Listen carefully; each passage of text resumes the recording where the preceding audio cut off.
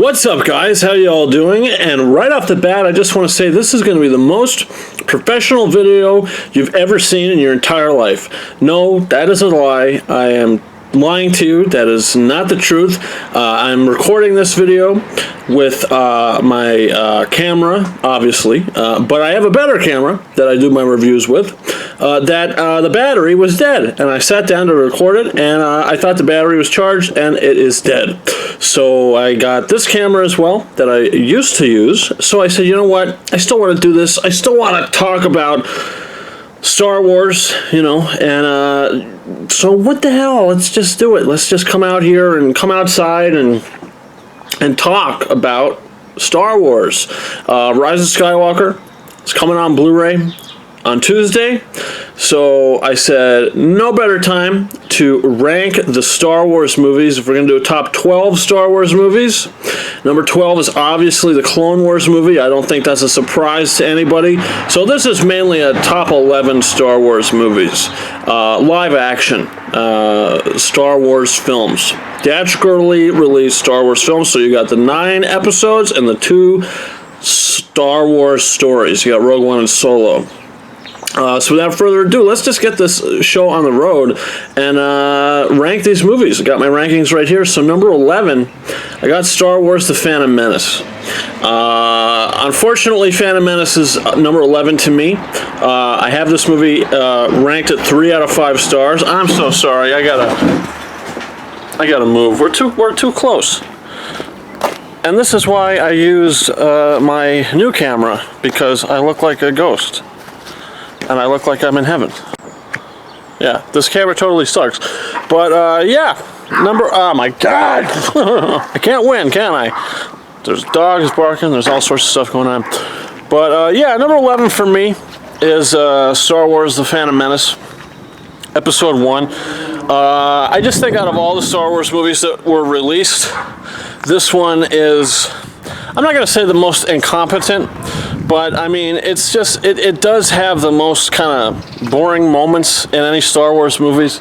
I mean, when we get to Coruscant, particularly, and we're there for about 10 minutes, it feels like a half hour. You know, we get the scenes in the Senate and everything, and Palpatine rising to power and all this. I mean, the movie overall is it good? I don't know, but it's not great. Regardless, it's number 11 for me.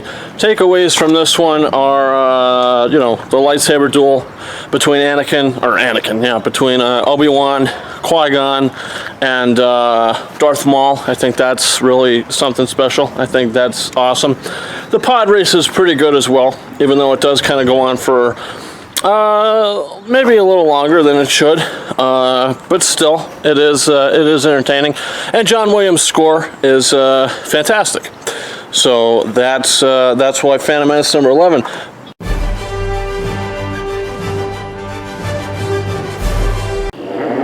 Number 10 for me, I got Attack of the Clones. I don't know what the hell is going on in my neighborhood, but yeah, number 10, I got Attack of the Clones. This might be at the bottom of a lot of people's list, but personally for me, even though the dialogue is a little questionable at times, I do legitimately feel like this is a pretty entertaining film. You know, when Anakin and Padme go off on their adventure, kind of, you know, he has to protect her, and Obi-Wan gotta go to Kamino. Obi-Wan gotta go to Kamino, and, you know, he's trying to figure out who's trying to kill Padme and all this. I mean, listen, there was a plan for these movies, for these original trilogies. George Lucas had a plan, and he knew where he was taking it, you know, unlike the sequel trilogy. So you could say whatever you want about the dialogue, at least these movies had a competent story. And I do think it's entertaining. Battle of Geonosis, pretty entertaining. I think the Count Dooku lightsaber fight at the end between Anakin and Obi-Wan, and Count Dooku, I think, is probably the worst lightsaber fight in the whole saga. But the Yoda versus Dooku fight is a little better, but it's very short. So, yeah, that's my thoughts on that. So, Attack of the Clones, number 10. Number 9, I got Solo, a Star Wars story. Honestly, just to rank these movies, I do think Solo is probably a little bit of a better movie than Attack of the Clones and Phantom Menace. But honestly, I would probably prefer to watch Attack of the Clones and Phantom Menace over Solo. So take that how you will. I just think Solo is overall a forgettable movie that's also, you know, it's entertaining as you're watching it, but it's not very memorable. I mean, and it pretty much has no impact on the rest of the saga. You know, all the stuff that they set up in the movie with Kira and all that, and Darth Maul, it's just stuff that probably we're never going to see or hear about again in any feature film. Or even probably a Disney Plus series, because the movie bombed. So, yeah, Solo is number 9 for me. And I also think John Powell's score is pretty good. And John Williams' Han Solo theme is pretty good as well. Number 8, I got somebody walking their dog back there. How nice.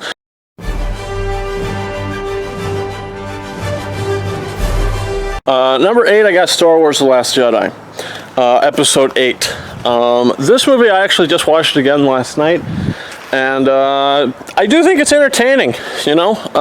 Listen, Rian Johnson did the story he wanted to do. He made the movie he wanted to make, and you know, you might like it, you might not like it. I mean, for me personally, I think it's okay. I think it's an okay movie. I gotta switch hands here because my arm's about to fall off, but yeah, I think it's an okay movie. I think, you know, the stuff with Luke Skywalker, even though you might not like it, it is, like, he does have an arc in the film. Like, from the way Luke starts in the movie to the way he ends in the movie, there is an arc there. It is a little stupid how he dies. You know, like, Luke Skywalker is supposed to be the most powerful Jedi, and he does this big, fantastic thing, you know, force projecting, and then all of a sudden he just disappears and dies. You know, I think he should have just stayed on the rock, have the music play, you know, the binary sunset music as he's sitting there looking at the two sunsets, and I just think the movie should have probably ended there.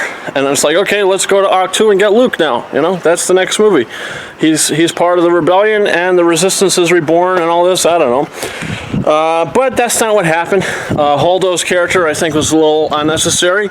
I think Leia probably should have stayed, you know, totally upright the whole film, but hey, she got blown out, and she turned into Carrie Poppins in space, which I think is pretty ridiculous. But, I mean, overall, Last Jedi, it's an okay movie, and I don't hate it. I don't think it's horrible. I do think it's well directed, even though the writing might be questionable at times, and I'm not talking about the actual lines of dialogue.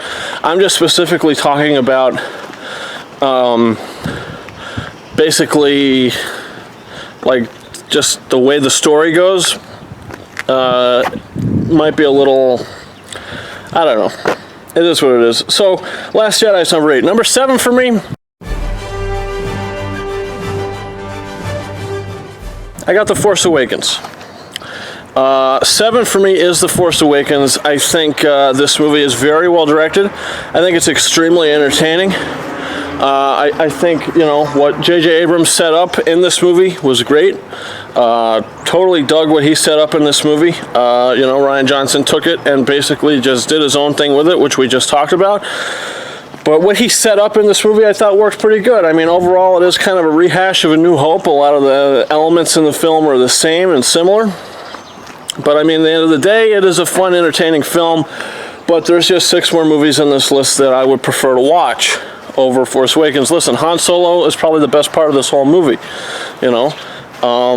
But, I mean, this new trilogy just decided to, you know, kill off all our characters, all our original characters, basically. I mean, Lando's the only one that survives out of the original cast, right? Lando and Wedge Antilles, because we do see him briefly in Rise of Skywalker as well.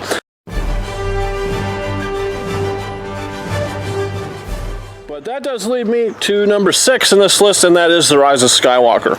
It is my second favorite film in the new Disney films of Star Wars. Listen, is the story a little messy? Kind of, you know, but honestly, it is a fun movie to watch. Again, JJ's direction is pretty damn good.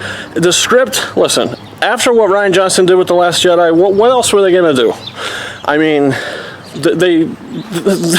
what were they going to do? You know, I mean, this was probably the best thing they could have came up with. Maybe, maybe not. I don't know. I mean, there is that Colin Trevorrow script that is out there that maybe is better. Maybe it's not. I don't know. But I do think what the movie we got with The Rise of Skywalker, it is entertaining. John Williams' music is fantastic. I love the scene between Han Solo and Kylo Ren. I love it. I think it's great. You know, is it a little underwhelming at the end of the day? Maybe, but it is an entertaining movie for me, and that's why it's number 6.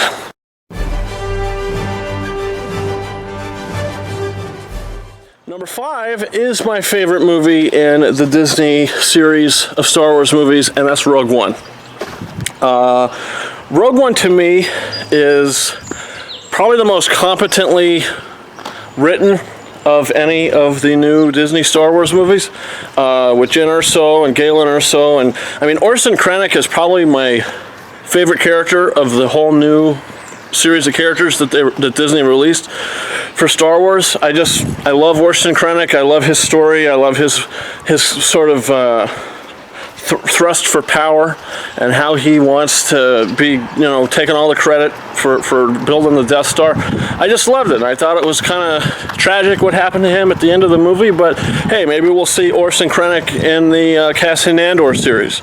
You know, I have no idea, but I love that character. And Rogue One, I mean, the last 45 minutes of Rogue One is the most Star Warsy thing that we've ever seen since 1983. Maybe, or since 2005, depending on, you know, what's your certain point of view on it. But yeah, Rogue One for me is great. So moving on to number 4. It's Revenge of the Sith. Revenge of the Sith to me is the first Star Wars movie that I've ever seen in a movie theater. I was kind of excited. I didn't know what to expect. I remember watching the movies on VHS tape before going to see Revenge of the Sith. And I remember just being kind of, I don't know, I was just kind of swept into it. I was kind of blown away. John Williams' music just grabbed me by the throat and never let me go. And it grabbed me by the throat in the best way possible. Like, I didn't want him to let me go. Like Anakin's betrayal, Anakin's dark deeds, you know, the whole entire score, it's so emotionally gripping and so emotionally powerful. And I think it might be the best Star Wars score we have to date. John Williams' music for Revenge of the Sith is absolutely fantastic, and I can't wait to get it in 4K on Tuesday. I can't wait to hear that score in 4K and see this movie in 4K. Anakin versus Obi-Wan is my favorite duel of any Star Wars movie. I think it's just so powerful, you know, and everybody's like, oh, it's just a dance, you know, you just see them dancing. These are two Jedi Knights. I mean, Anakin Skywalker, technically, yes, he's a Sith now, but he was trained as a Jedi Knight. I mean, he is one of the most powerful, if not the most powerful Jedi there is right now, and Obi-Wan Kenobi is not too far behind. So maybe it is a dance, but I mean, these are two Jedi that basically know exactly what the other guy's going to do. So it's, I don't know, I loved it. I think it's fantastic. I think it's incredible. Revenge of the Sith, number 4 for me. And honestly, this is probably the Star Wars movies that I've seen the most. Out of all the Star Wars movies, Revenge of the Sith is probably the most rewatchable to me. Even though it's not the best, I don't think, it is probably the most rewatchable. I don't know. I love the movie. I love it. I give it a 4 out of 5, you know. I mean, some of the stuff with General Grievous, you know, I like it, but it's, you know, the movie really does pick up about an hour and 10 minutes into the film where Anakin kills Mace Windu, Sidious turns into Sidious, and it just takes off from there. But I mean, the first half of it is good too. It's entertaining, you know, but I don't know, love the movie. But that takes us to number 3. We're in the original trilogy now. 3, 2, and 1. We got the original trilogy because these are the best Star Wars movies ever made, and maybe the best movies ever made.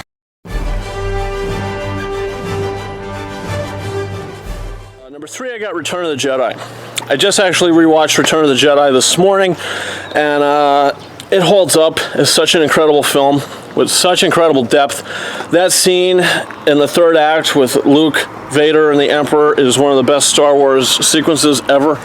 It's just so powerful and compelling, which, you know, and if you notice during that fight, there's so many times where Luke Skywalker just turns off his lightsaber and he says, you know, I'm not going to fight you and you're not going to fight me, Father. And it's just, it's so powerful. So, you know, when you get to The Last Jedi, I know I already talked about it, but when Luke has that moment and he says, for the briefest moment I thought I could stop it, and he ignites his lightsaber to kill Kylo, and then he realizes that he shouldn't have done it and he's filled with shame.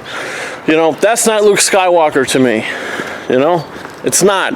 The Luke Skywalker to me is, this is the guy that is in a battle with Darth Vader, who's even more powerful than Kylo Ren.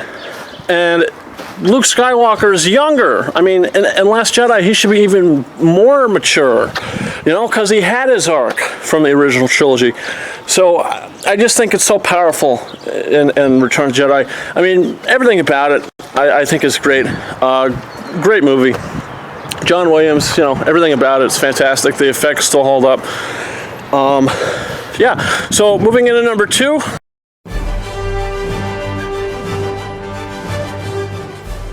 It's A New Hope. A New Hope is maybe the best movie ever made, possibly. It's the one that started it all, and it did it in such a wonderful way to where we're introduced to these compelling characters and this compelling world. You know, we just have to thank George Lucas for creating this, you know, and thinking of this series, and just thinking of these characters that resonate with so many people around the world. You know, I mean, A New Hope is just one of the most uplifting, powerful movies that you'll ever see. And it's a 5 out of 5 movie, and that's why it's number 2.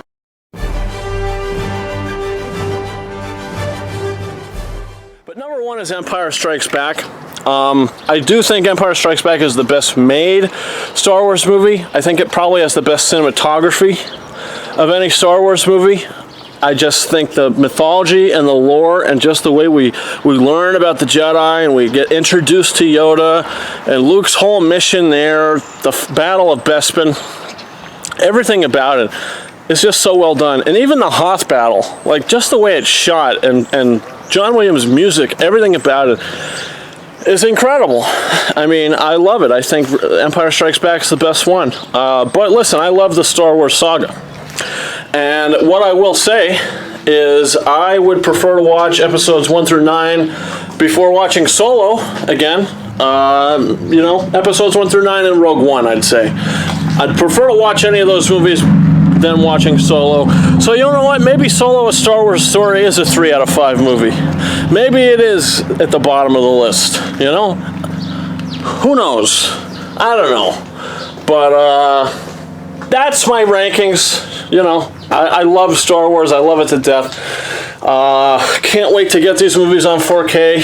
Can't wait to see Rise of Skywalker in 4K. And Tuesday I'm probably also going to pick up Revenge of the Sith and the original trilogy on 4K. So you could definitely expect unboxings for those on Tuesday. And the digital giveaways will be during Quickie Wednesday Live Wednesday around 6 p.m. Eastern Standard Time.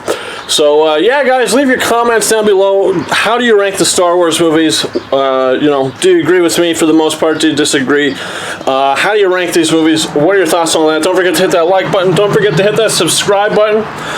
Again, I do apologize because I am outside and you're hearing a lot of natural noises. Again, I'm a one-man band and I do what I can. You know, Quasimodo doesn't even have any legs. So that's it. That's my ranking. So again, guys, hit that subscribe button if you haven't done so already. Yeah, and thanks for watching, and I'll see you guys next time.